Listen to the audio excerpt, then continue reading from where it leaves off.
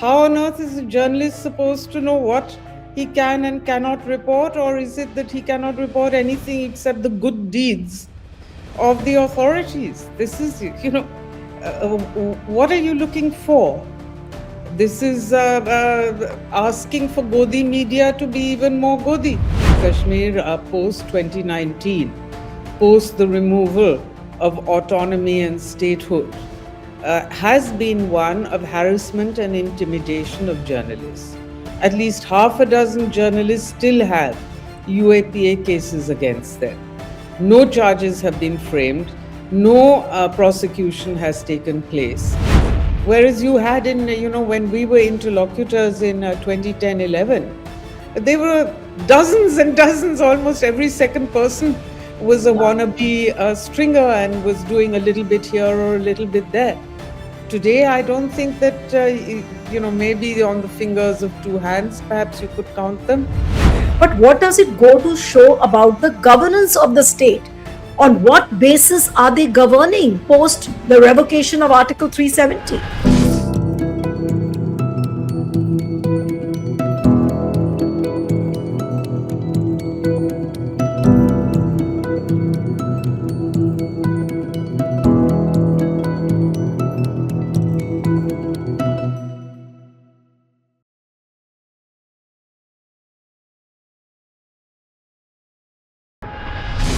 Hello and a warm welcome to HW News Network, your one-stop show, truth be told, for some engaging and thought-provoking conversations. What's happening in Kashmir with the journalists is something which is unprecedented. Now, senior journalists from the mainstream newspapers, they have been summoned by Jammu and Kashmir police, and they have been asked to sign bonds regarding their reporting. For example, a senior journalist from Indian Express, Basharat Masood, he was summoned by the cyber police station in Srinagar and later asked to sign a bond regarding his reporting on police actions related to mosques. Now, the bond was written in Urdu. It requested him not to repeat a mistake concerning a story that he had repeated. Now, Masood refused to sign the bond, stating that his reporting was not a threat to the public order and was reportedly required to report to the police station for additional days. Now, this is something which is new, that the journalists are made to sign a bond. But there have been previous incidents like these. If you remember the case of Irfan Malik in Greater Kashmir, he was detained and then released after signing a bond. Then there is a broader pattern. Similar bonds of silence have been used previously, often under Section 107 of the Criminal Procedure Code. Now, there has been a strong condemnation about this incident coming in from the Editors Guild of India. I would like to show you that letter in which the Editors Guild has responded, and they have condemned this incident. Now, this is the letter which has been published and released a short while back from the Editors Guild of India. Then another organization, the DIGIPUB, I want to show you that letter as well. DIGIPUB also has condemned vehemently this episode, and this is a written statement coming out from DIGIPUB and signed by all the members. Then there have been a lot of responses on the social media and from the political spectrum. Now, Dr. Syed Nasir Hussain, who's the Rajya Sabha MP from Congress, and he's also in charge of Jammu and Kashmir, he also reacted in a tweet, and he's released a written statement. Then Nirupma Subramaniam, who's a former diplomat, she has reacted in a tweet. And her tweet, I would like to read out. She's written, the reporters of Delhi national newspapers are being summoned by J&K police, harassed about routine, he said, she said reports, and asked to sign bonds. They won't do such reports again. First, the correspondent of one newspaper was summoned repeatedly over 3 days and perhaps emboldened by the public silence of the newspaper. A second has been summoned as of now. He's not answered those summons.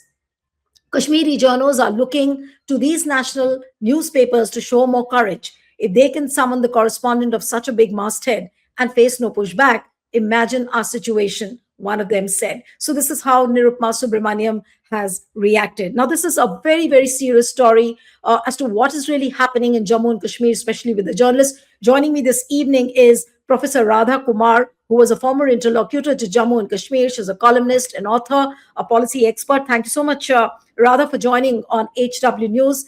And your first thoughts about Basharat Masood, being made to sign a bond for doing a mistake. His journalism is called a mistake, and the cyber police calls him. Yeah, I find this utterly scandalous. Had he been factually incorrect, I can understand not the police, but concerned authorities writing to the paper and saying he was factually incorrect. But it appears there was nothing factually incorrect in what he reported, nor is this some national security issue on which there was any previous embargo.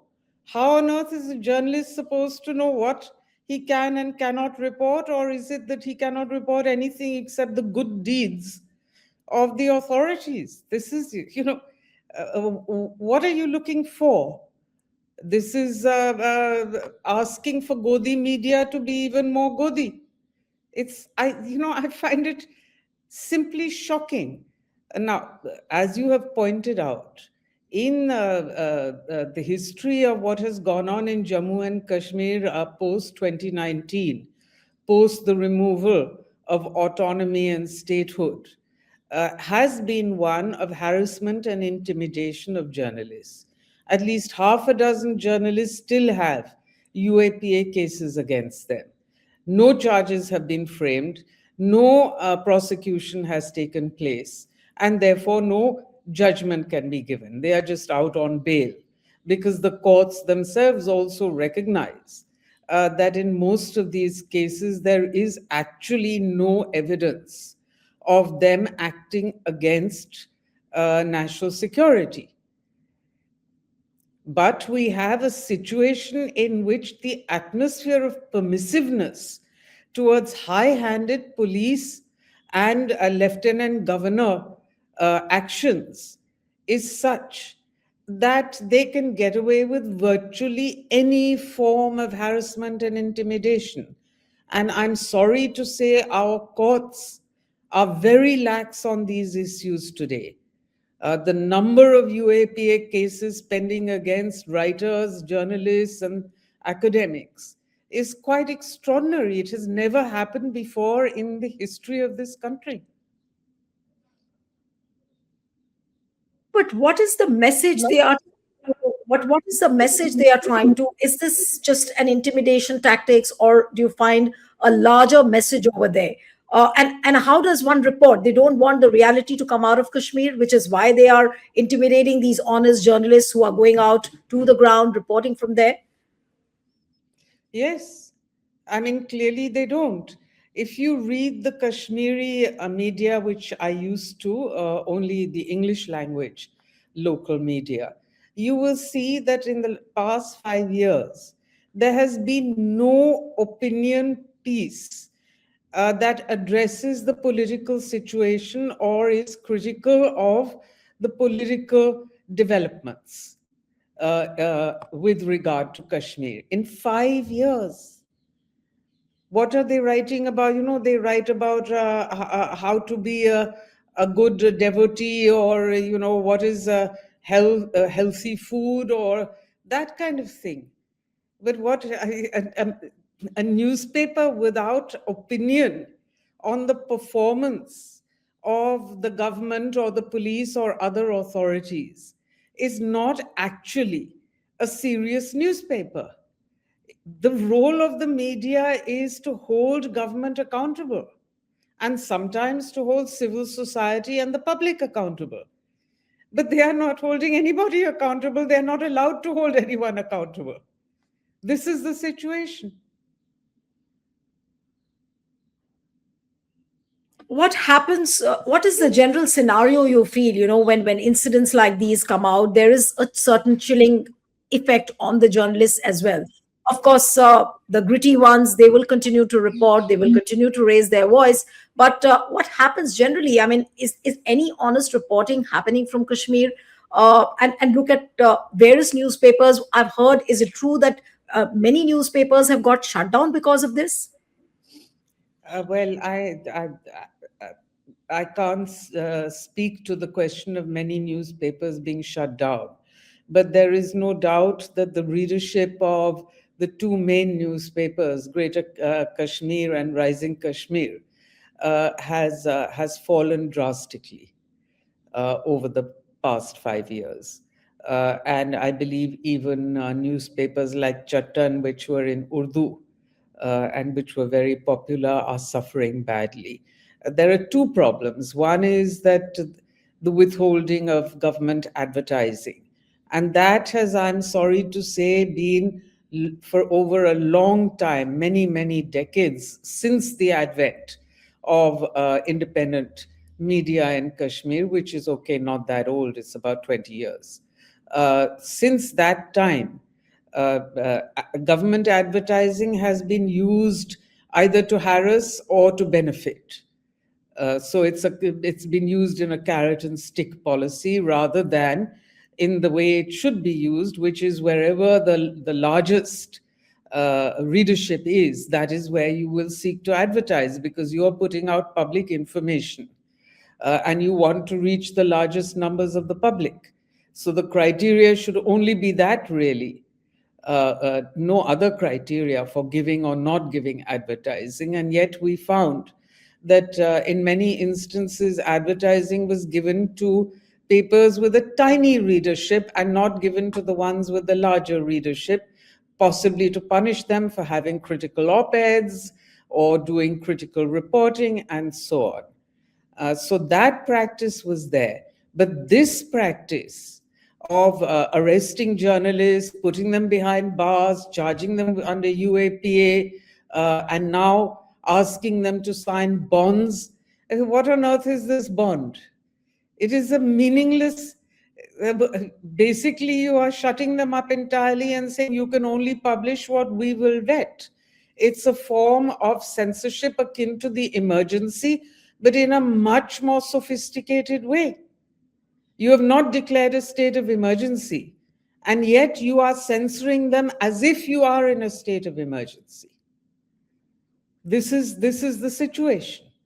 And apart from that, when you look at this particular case, here he's reporting on the government, the police sending out notices to all the mosques and religious institutions in the Kashmir Valley, asking them to provide full details of land ownership, registrations, number of staff, this, that, the other. Series of things of which they may not even have the paperwork. Some will have, some won't have, because a lot of religious institutions are community institutions. They are not necessarily formalized as registered bodies. And yet, over a period of time, they have acquired legal and other rights to practice. So this is a huge can of worms that the police are seeking to open. And there is little doubt in my mind that this is going to alienate a very large proportion of the population of the valley. So Absolutely. not only should it be reported on, questions should be asked as to what is the need for this. Is there a really good grounds on which you are doing this? This has happened, of course, post the Red Fort blast. But this is several months after the Red Fort blast that you are now embarking on this. So you need to explain, why are you doing this? What are the reasons? Are you going to, and frankly, I am tempted to ask, have you ever asked all the temples, say in Delhi, to provide their registration and their staff and their land ownership? I mean, we know how No, but much rather, land grab has been conducted. absolutely. No, but you understand Kashmir very closely. What I want to understand from you, that given this kind of a scenario, do you think that every journalist, not only of the mainstream newspaper, but even the stringers and the smaller reporters who are running small YouTube channels and they are trying to raise their voices in their own way, are they all put under a radar? Are they all put under some kind of a surveillance? Well, when you talk about the valley, remember it's a small place, and generally Kashmir has been a very tight-knit community in which news still has an oral quality. It spreads like wildfire, including, of course, exaggeration and so on. So, of course, it's going to have a huge impact. I would only say that as far as stringers and local small news outlets are concerned, they were in any case on the wane from 2019. So the intimidation started there first. Then it went to some of the larger local outlets. And now it has come to the national media. That's the progression. Stringers were intimidated. You will find very few stringers in Kashmir. Whereas you had in, when we were interlocutors in 2010-11, there were dozens and dozens, almost every second person was a wannabe stringer and was doing a little bit here or a little bit there. Today, I don't think that, maybe on the fingers of two hands, perhaps you could count them, but almost everyone who is a stringer or who is trying uh, to do some news work has stopped. They have, forget the resources, they are very, very frightened.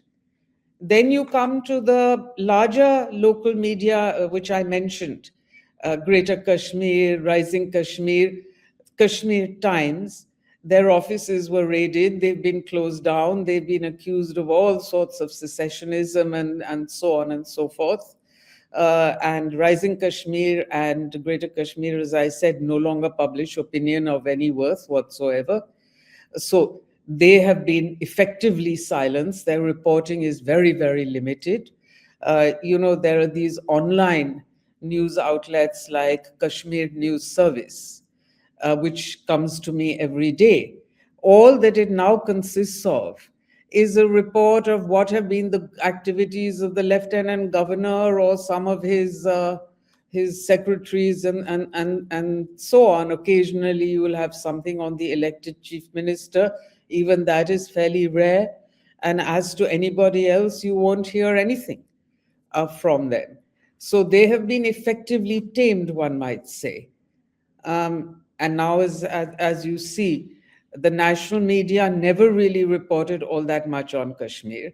This was, maybe once a week you get a story, once in 2 weeks, sometimes once in a month. In the op-ed pages, I can't remember when I last read an op-ed on Kashmir in, say, the Indian Express, Right. or the Hindustan Times, or the Hindu occasionally does have, but even there I have not read anything recently. Right. And these are the newspapers whose journalists are being asked to sign bonds saying they won't report. Right. So you have What would come you to say about Basharat Masood? He's been reporting in Kashmir for last almost, I think, more than 2 decades now. And the way he refused to sign a bond, they say that it's a mistake. What he did is just doing a reactionary political reaction story, and it was described as a mistake. So, what would you say about the way how Basharat conducted himself? He refused to sign a bond. It does send out a big message to the entire country and to all the journalists of the country. Oh yeah, I would say that all his friends should be very proud of him, and so should his newspaper, that he has stood up at least for some freedom of journalism. And I believe the others have also refused to sign the bonds. As far as I know, it was either 3 or 4 journalists from 3 or 4 national papers were asked to sign these bonds. And as far as I know, all of them have refused to do so. So that is certainly a blow for press freedom. And I'm glad to see that the Editors Guild has come out immediately. Let us hope the Press Council and the Press Club and others also Yeah. come out. No, Our even forum, DigiPub was quick to respond. yes, DigiPub is the platform for all the digital platforms, is a main forum for all the digital platforms. So they have also responded. Editors Guild has responded. Congress has reacted on it. So there's a lot of reaction coming in. But also, I'm coming going to come. I mean, journalism is one part of it. But what does it go to show about the governance of the state? On what basis are they governing post the revocation of Article 370? Look, since 2019, possibly even 2018, basically they have been behaving like mini viceroys. And if you look at the elected, there's an elected administration. Now, there's an elected assembly. But if you look at what's happening there, there is no power sharing between the lieutenant governor and the elected chief minister. I know that the cabinet, the Jammu and Kashmir cabinet, proposed various areas in which there could be power sharing and some authorities could be transferred to the chief minister and his cabinet. The lieutenant governor has not responded, and it's been, I think, 8 or 9 months, maybe more. Actually, more, yes, almost a year since they made that proposal. Nothing has moved on that. Apparently, the lieutenant governor has sent it to the Home Ministry, and they're the ones sitting on it. But whoever's sitting on it, there has been no attempt to try to share power with what is an elected administration with an overwhelming majority. This is one of the NC managed to gain more seats than they have done in 20 years, and more seats than any political party has gained in the past how many elections. And even then, there is no recognition of the rights of the voter to choose the government they want to act for them. This is where you are. You've done this, but he has nothing. He can do nothing. And now you come to the elected assembly. The legislators can't do anything because the speaker, who, by the way, is from the NC, refuses to allow any questions to be discussed. Yeah. He won't even allow them to talk about statehood. What a ridiculous situation is this? And Yeah. how the speaker, of course, the speaker does not represent a party. He is supposed to represent the legislature. He's supposed to be independent of any political. Well, okay, maybe he's independent as far as his party is concerned, but he is not showing any willingness to allow the legislators to bring important points that require legislation. And therefore, he is also bowing to our little mini viceroyalty. And there you have it. So there is no protection that is offered in any quarter. Right. And rather coming to the last question, the last bit to this interview. So, how does one resist these kind of moves? Of course, Basharat has resisted. He's refused to sign the bond. He sent out a big message. And this story is quite viral on the social media. People are talking about it, but there have been political reactions to it. But if this is becoming a gradual pattern, which it has already begun, so how does one resist? How does how does one make this issue more and more dominating, as part of the discourse? How does one do that? Because whichever journalistic platform or whichever forum does it, their voice is going to be throttled because press freedom is a casualty now. Well, I'm quite old now, so I remember the days of the emergency extremely well. And actually, I remember that the Indian Express, we all praised, were in awe of the Indian Express because it did two things. It had, whenever anything was censored, they published the whole column as a blank column in black. I would say today, the first thing the national media should do is to start publishing black columns. Say, even if it's not been censored, certainly on Basharat, they should republish his report with black and saying in big headlines, this journalist was asked to sign a bond which we consider to be illegal and unlawful censorship. And other newspapers should follow suit. The Hindustan Times should do the same. Yes, If the Hindu journalist has also been asked, they should do the same. And we should see this front page headline. This is what is required. Sad to say, national television is completely sold out. Otherwise, they should be debating this. There should be absolutely. headlines there on it, but there should be pressure on them. Maybe there should be a social media campaign Yeah, addressing NDTV, India Today, Aaj Tak, some of the other Hindi channels, saying, we require you to condemn these things. Please stand up for press and media freedom. absolutely. I mean, these Absolutely. are the only ways we can begin. But I have noticed that one of the things that benefits this kind of high handed behavior is that we act as individuals, but the collective action we used to take earlier, including even during the emergency, that is lacking today and it needs to be mobilized. And Absolutely. for that, the support of political parties is required.